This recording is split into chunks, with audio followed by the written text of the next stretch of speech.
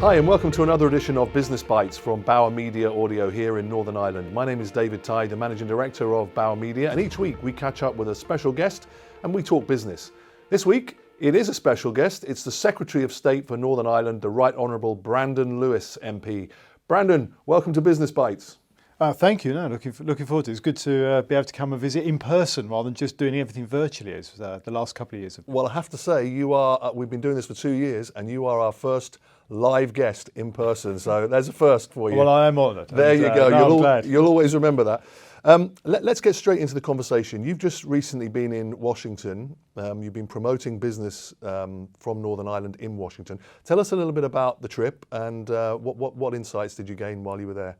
Sure. Well, look, I've been fortunate enough. I've been over in the US a couple of times over the last sort of 6 or 8 weeks, both for St. Patrick's Day, just a couple of weeks ago. Then a few weeks before that, I was in Washington and in Boston as well. And actually for St. Patrick's Day, we had a number of the business representative groups from Northern Ireland as well, Northern Ireland Executive promoting Northern Ireland, the opportunity for inward investment. And there is huge synergy and a lot of US companies who already invest here in Northern Ireland. The largest insurance company in America is Allstate Fund, huge cyber software base here in Belfast.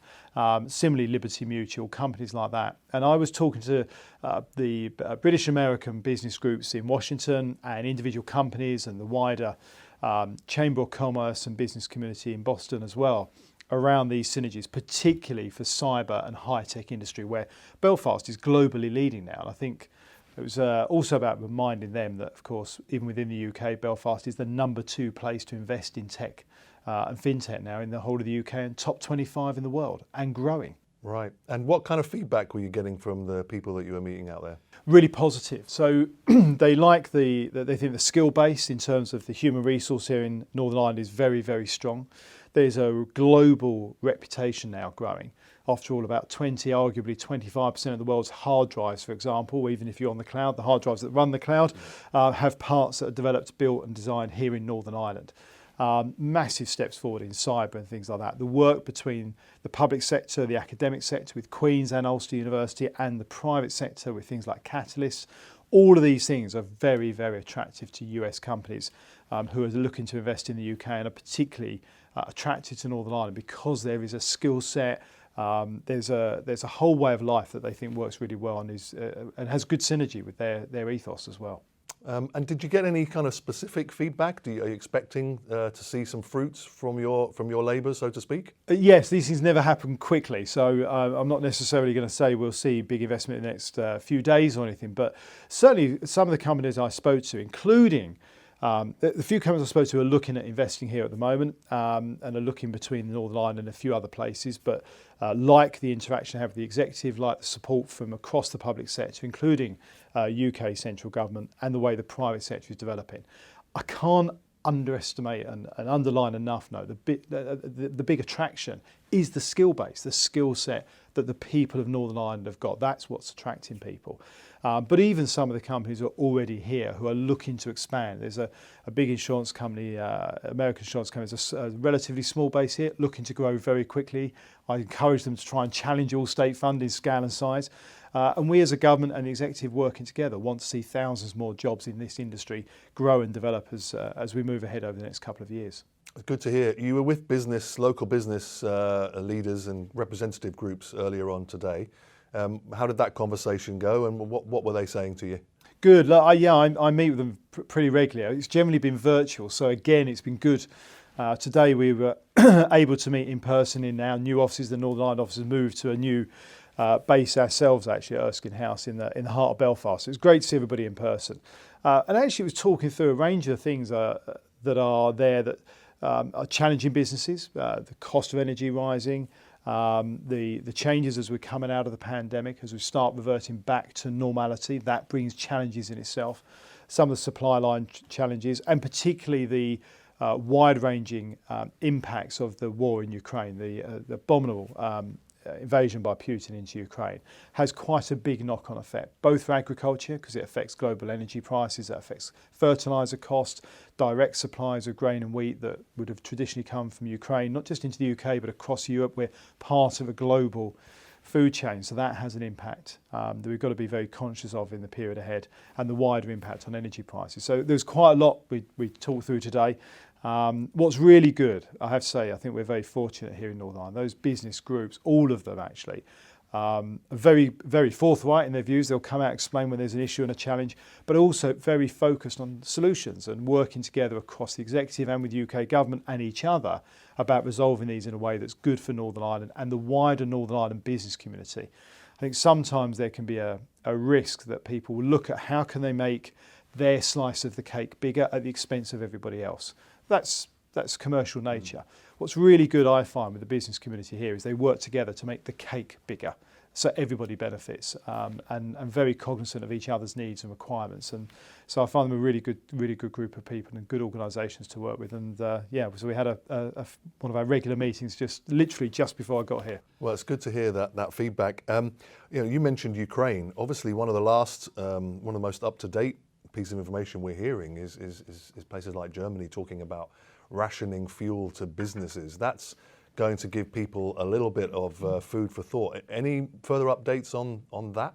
Well, I mean, look, we can't deny the reality of this war is going to have wide-ranging impacts. I think the reality is we've got to make sure we stand up for democracy and the right of a free and sovereign democratic country to defend itself against, what Putin's done is just abhorrent. The way that he has invaded without any right or reason it's right that in the West and in a free world we stand up and just say that is not acceptable. Now that fighting for freedom does have a cost, and we see some of our partners and friends in Europe are very, very reliant and have been on energy from Russia. We are a bit less so here in the UK, just a few percent of our domestic energy use, particularly gas and oil.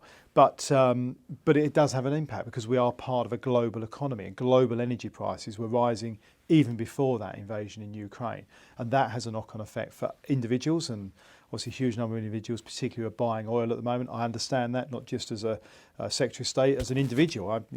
Where I live, we're on oil, so you see that very directly, and that's going to have a real pressure on people. And that's something both we in UK government, and I know the politicians here in Northern Ireland will be very, very acutely aware of and focused on. So as we come out of of the worst of the pandemic, we're looking to the future economic situation here in Northern Ireland.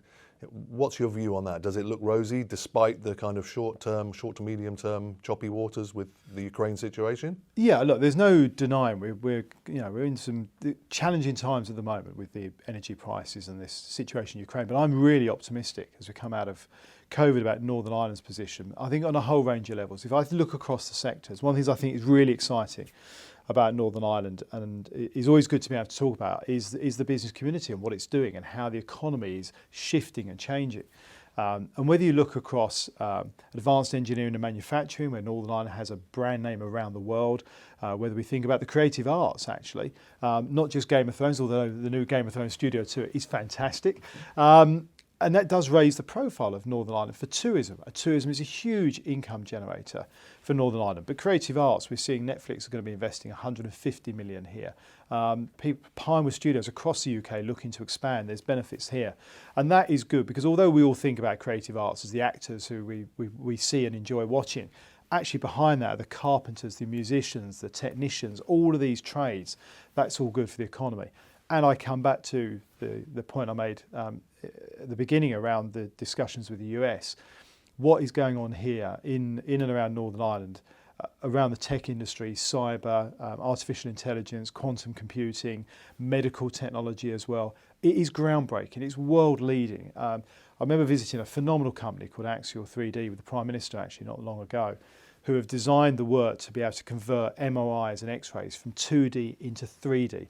That changes the way surgeons operate around the world. That's globally, commercially viable for this company to sell, coming from Belfast, but it's also going to change lives for people in a beneficial way around the world. That's all coming from Belfast.